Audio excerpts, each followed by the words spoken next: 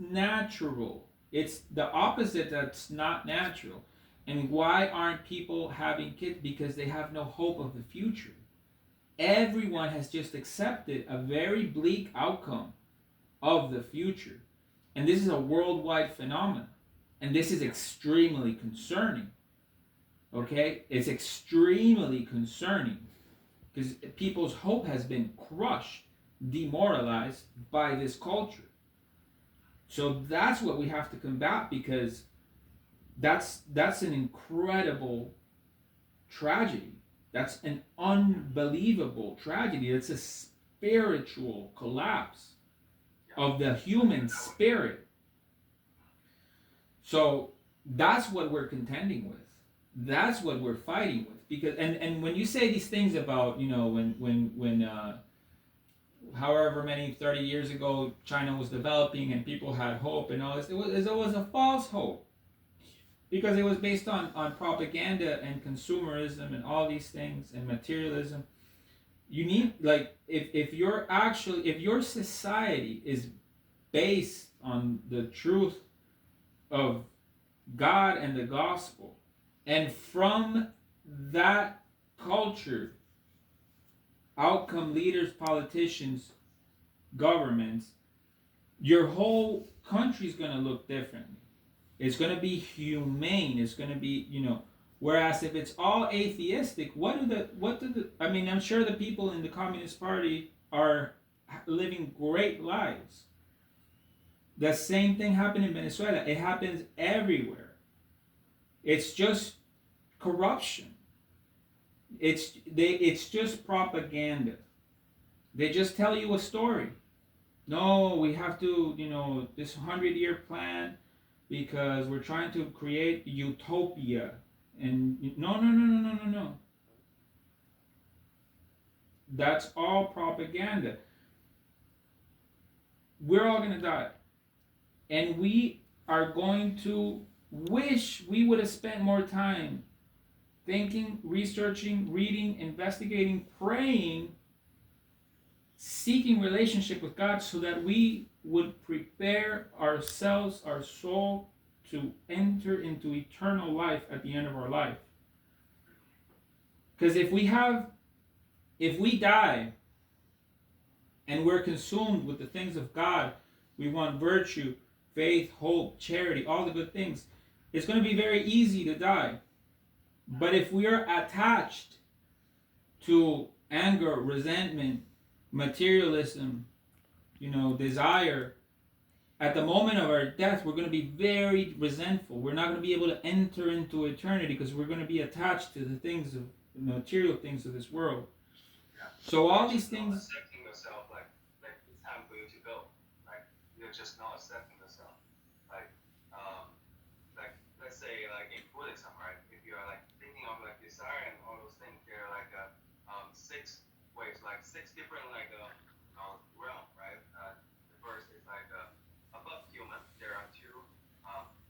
There's called like something called like a god human, right? Basically, there's some sort of like they live a very well life. They live very long, and then there's the asura, and they just keep fighting, constantly fighting all the time. Mm-hmm. And then there's human, and then there's animal, right? And then there's like the ghost, right? That is always very hungry, right?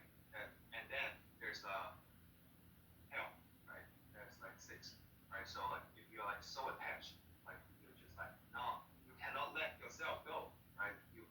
Actually it's just like, oh, maybe you become an animal that's like always preying on the prey, right? You're so desirable for something, right? But just like versus like Christianity, like if you do not let yourself go into heaven, like it's go. Mm-hmm. Exactly. So people that choose to not have a relationship with God, well, if you choose to have a relationship with God, you're more likely to want to have a relationship with God at the end of this life. Whereas if you spend all this life rejecting God, you're more likely to not want to be with God at the end of your life. So one of those scenarios looks like heaven, the other one looks like hell. You know, being completely separated from the source of all that is good, true, and beautiful, that sounds like hell, you know?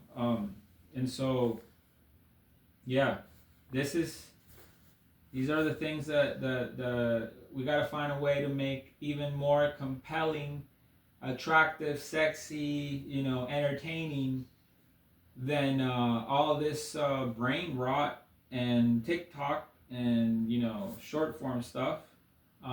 Because people are hungry. People are spiritually, emotionally, you know, needing a lot of encouragement, because people are just completely discouraged, completely isolated, depressed, anxious, fearful, angry, resentful, you know, without any satisfaction, you know, and the peace the relationship with God gives you is unlike any peace of having a good job or making money. No, I mean, I'm making less than I ever have, and I have the peace of God that I wouldn't trade for anything else. And I give every free moment I have to God and to searching. And I mean, like, I right now I'm reading the Bible right now, like before we were talking.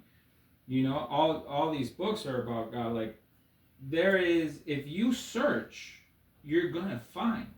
But if you don't, you know, at the end of your life, you're gonna wish you did. At some point, it's gonna be too late, and that's a reality for everyone.